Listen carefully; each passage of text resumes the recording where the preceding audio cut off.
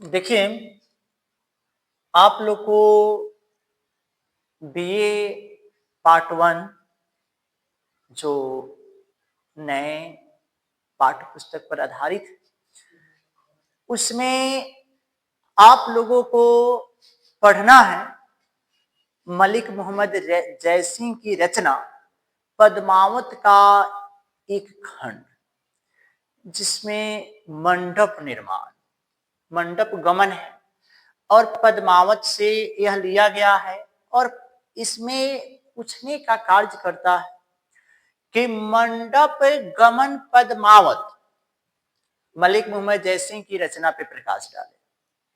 ठीक है, तो यह MIL हिंदी पार्ट 1 के बच्चों से हमेशा पूछा जाता है, या इसमें से क्वेश्चन रहता है कि रानी पद्मावती और राजा रत्न सेन के प्रेम प्रसंग को उल्लेखित करें। तो आज आप लोगों के सामने एक छोटा सा पॉइंट है इसमें, जिसे हम आपको बताने का कार्य करते हैं। देखिए, कवि चाहे तो राई को पर्वत और पर्वत को राई बना देते हैं। आप सभी कोई जानते हैं कि मलिक मोहम्मद जयसिंह की सबसे प्रसिद्ध रचना पद्मावत है और इसके मुख्य नायक और नायिका नायक रतन सेन है, राजा रतन सेन है, और नायिका आपको रानी पद्मावती है। इन दोनों के प्रेम प्रसंग को लेकर मलिक मोहम्मद जयसिंह ने पद्मावत लिखा है। क्या है कि 12 ही सुंदर प्रसंग है मंडप गमन का जो प्रसंग है वो 12 ही सुंदर प्रसंग है। आपको बताते हैं कि क्या होता है कि हीरामन तोता रानी पद्मावती की बड़ाई आकर राजा रत्न सेन से करता है और राजा रत्न सेन से कहता है कि आप जिस तरह से व्याकुल है पद्मावती को देखने के लिए, ठीक उसी प्रकार से रानी पद्मावती भी आपके लिए व्याकुल है। अतः आप सिहली द्वीप पहुंचे और वहां से रानी पद्मावती के संग विवाहिक संबंध स्थापित करके आप चित्तौड़गढ़ लेकर आइए। यह पंक्ति आपको हीरामन तोता कहता है। तो यह कहता है कि ठीक है, हम सिहली द्वीप आने का कार्य करेंगे। क्या राजा इस बात से सहमत है? तो अब सिहली द्वीप की कहानी सुनिए कि सिहली द्वीप के जो राजा थे, जिसका नाम आपको बोलते हैं गंधर्व सेन था, गंधर्व सेन। और गंधर्व सेन जो था रानी पद्मावती के पिता थे। उनके पास एक ही लड़की थी, रानी पद्मावती, और रानी पद्मावती की सुंदरता अवर्णनीय थी। उनका वर्णन कर पाना बड़ा ही मुश्किल था। राजा गंधर्व सेन सिहली द्वीप के चारों तरफ सैनिक का पहरा लगा चुके थे और कहते थे कि मेरे राज्य में कोई बाहरी पुरुष प्रवेश नहीं कर सकता है, न इस राज्य से कोई व्यक्ति दूसरे राज्य में जा सकता है। अगर कोई आने का कार्य करे तो उसको आप क्या कीजिए कि वहीं पे मारने का कार्य कर दीजिए, सीमा रेखा तक ही। और रानी पद्मावती के लिए उन्हें योग वर का तलाश। अब हीरामन तोता पूरा संदेशा खबर ले जाकर रानी पद्मावती को कहता है। रानी पद्मावती कहती कि देखिए, राजा रत्न सेन से कहिए कि यह सिहली द्वीप समुद्र से घिरा हुआ है। अगर सेना लेकर आएंगे तो जल के रास्ते, नाविक के रास्ते उनकी सारी सेना को लोग मार डालेंगे, सिहली द्वीप वाले। इसलिए वो चढ़ाई करके, युद्ध करके इस राज्य को नहीं जीत सकते हैं या मुझे प्राप्त नहीं कर सकते हैं। उनसे योजना बनाते हैं कि जाइए आप उनसे कहिएगा कि मेरे राज्य में आने जाने के लिए एक ही वो माध्यम है, वह है जोग बैराग। कि राजा रत्नसेन साधु बनकर आएंगे, जोगी बनकर आएंगे, तो जोगी बनकर आए भी तो वह अकेला नहीं आए, क्योंकि उनके जो परम भक्त है उनमें से सेना ले ले। तब वह कहने का अर्थ है कि अपना षड्यंत्र रचे, जोगी बनकर आए, भिक्षाटन करे और आकर बोलते हैं कि वहां का एक पर्वत है, आपको बोलते हैं सिहली द्वीप का, वहां पे स्थान का नाम बताती है, वहां पर आकर वह यज्ञ का निर्माण करे, यज्ञशाला बनाए और वहां पर मेला लगाने का कार्य करे। हम उसमें आएंगे उनसे मिलने, क्योंकि जोगी और साधु को, क्योंकि बहता पानी और रमता जोगी, इनका कोई तौर ठिकाना नहीं होता है, उनके आने पर कोई पाबंद नहीं है। हीरामन तोता के माध्यम से जब यह खबर राजा रत्नसेन के पास चलता है, तो राजा रत्नसेन आपको बोलते हैं कि 16,000 सैनिक लेकर, वह 16,000 जो इनके सैनिक है वह सब के सब जोगी बन जाते हैं, योगी बन जाते हैं, जिसमें गोरा है, बादल है, राघव चेतन, अन्य सारे व्यक्ति है, सबके साथ में वह चलते हैं रानी पद्मावती के देश जोगी बनकर। रानी पद्मावती हीरामन तोता से एक रास्ता बतला देती कि आप उनको कहिएगा कि इसी रास्ते से वह प्रवेश कर सकते हैं, क्योंकि वहां पर जाकर हम सैनिक से बातचीत करते हैं।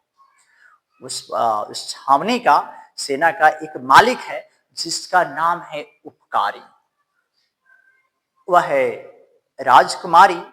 वहां से आती है पद्मावती, और पद्मावती आकर इनसे विनती करती है कि हम एक बहुत बड़े दुखियारी हैं और अपना दुख सुनाने आपके पास आए हैं कि उपकारी, आप मेरे भाई हैं और मेरे दुख में आप सहारा बने। वह कहता है कि कौन सा दुख है? तो वह कहती है रानी पद्मावती कि आपसे क्या कहे कि इतना दिन से हम अपने, कहने का अर्थ है, प्रेमी का राह देखे। बड़ा ही सुंदर प्रसंग है कि 12 ही बरिस से शिव जी के पूजे नहीं हो, 12 वर्ष से हम शिव जी के पूजे हैं और इंतजार किए हैं राजा रत्नसेन का, और आज वह आने के क्रम में कि इसी रास्ते से मेरे प्रेमी हैं वह आएंगे। वो बोलते हैं कि जब तुम 12 वर्ष से पूजा अर्चना की तो फिर वह इस राज में आ रहे हैं, तो दुविधा क्या है? तो वह कहते हैं, रानी पद्मावती कहती है कि इहे त डगरिया मोरा, इहे त डगरिया धरी अहिन मोर बलम से, और मारल जैहन सिहली गढ़ बॉर्डर, कि इसी रास्ते से मेरे पति आएंगे और सिहली गढ़ जो बॉर्डर है ना, सिहली द्वीप जो है, वहीं पे वो मारे जाएंगे। अतः हम आपसे विनती किए हैं कि आप उनके प्राण की रक्षा कीजिए, क्योंकि आपके अलावा और कोई मेरा सहारा देने वाला नहीं है। उपकारी से जब यह शब्द सुनता है तो रानी पद्मावती को उपकारी दिलासा देता है और कहता है कि ठीक है, हम रक्षा तो करेंगे, लेकिन तुम बताओ कि तुम्हारे पति का हुलिया कैसा है, लिबाज कैसा है, वस्त्र कैसा है, कैसे वह होंगे? तो रानी पद्मावती कहती है कि सांवरे बरन बारे हो भैया, मोरे प्राण के अधरवा से। उनका रंग कैसा है? तो सांवर रंग का है।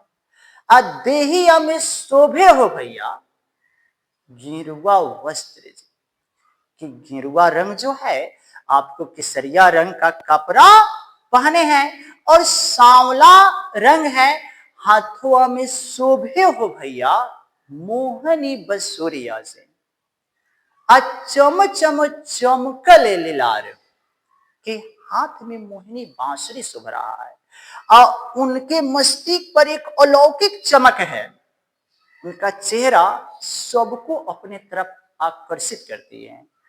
पौआ में शोभे हो भैया झूने के खरौआ से। आपको पांव में झुनकी खराव जोगी का भेष धारण किए हुए हैं, वह उनकी शोभा बढ़ा रही है।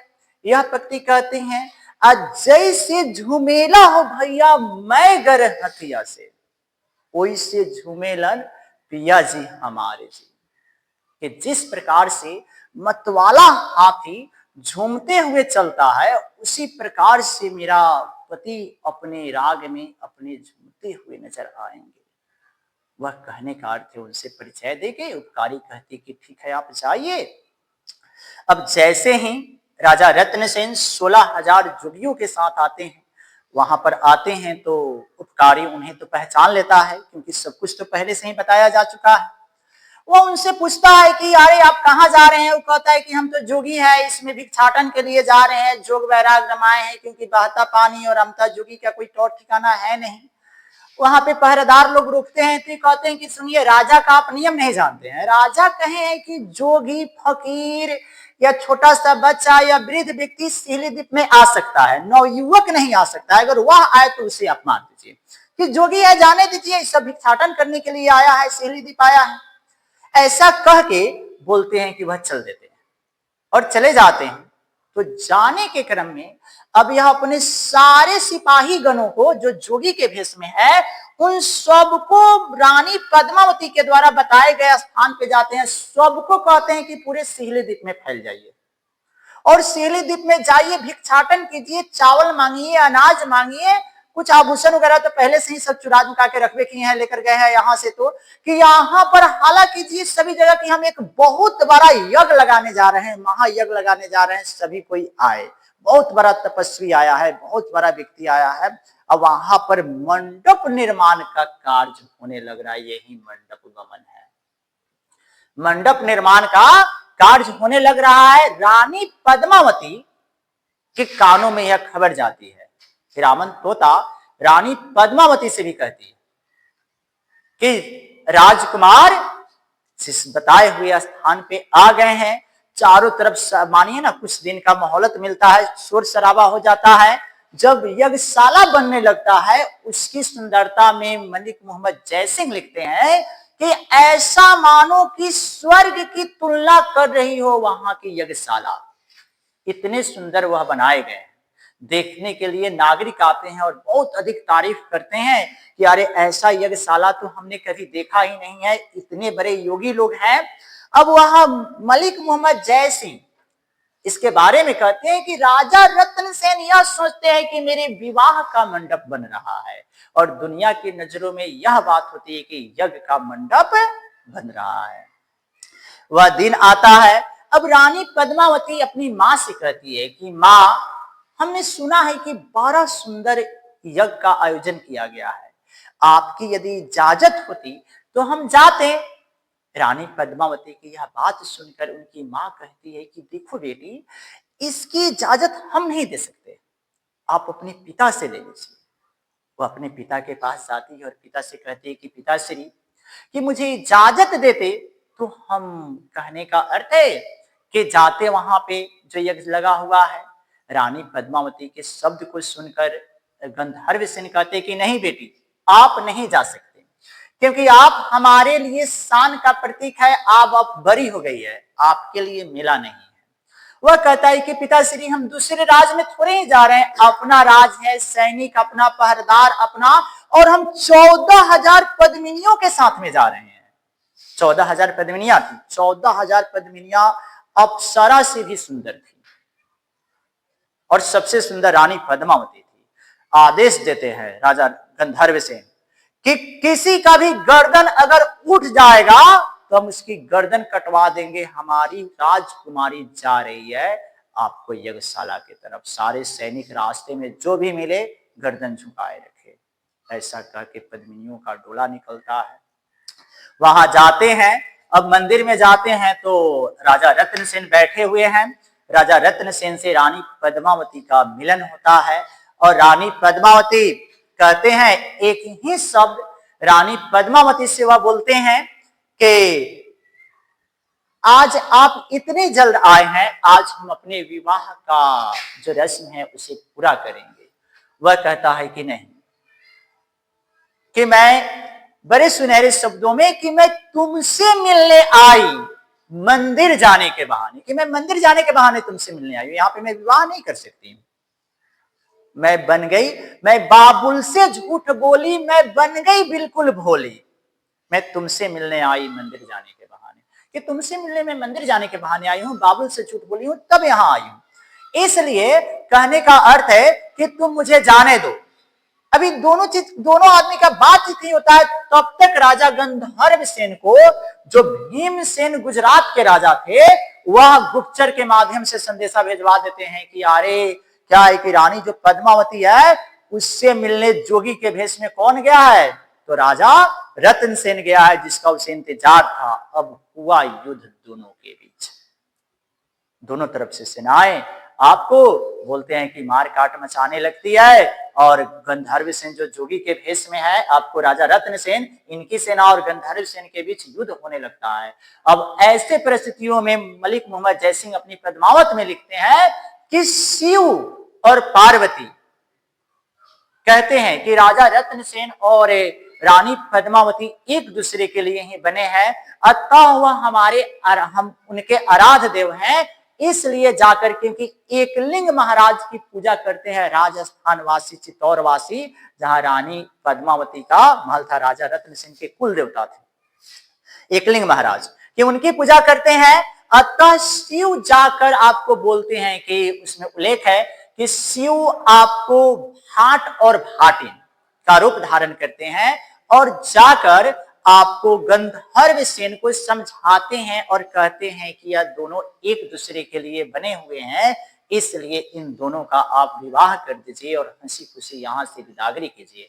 इस पर गंधर्व सेन बहुत क्रोधित होते हैं, लेकिन उनका गुस्सा शांत होता है और तब रानी पद्मावती के संग उनकी 14,000 जो आपको दासिया है, पद्मिनिया है, वह सबका भी डोला आपको बोलते हैं सिहली द्वीप से प्रस्थान करता है। कहां? चित्तौड़ गढ़ के लिए। और यह है आपका मंडप गमन, जिस बीए के बच्चों को पढ़ना था।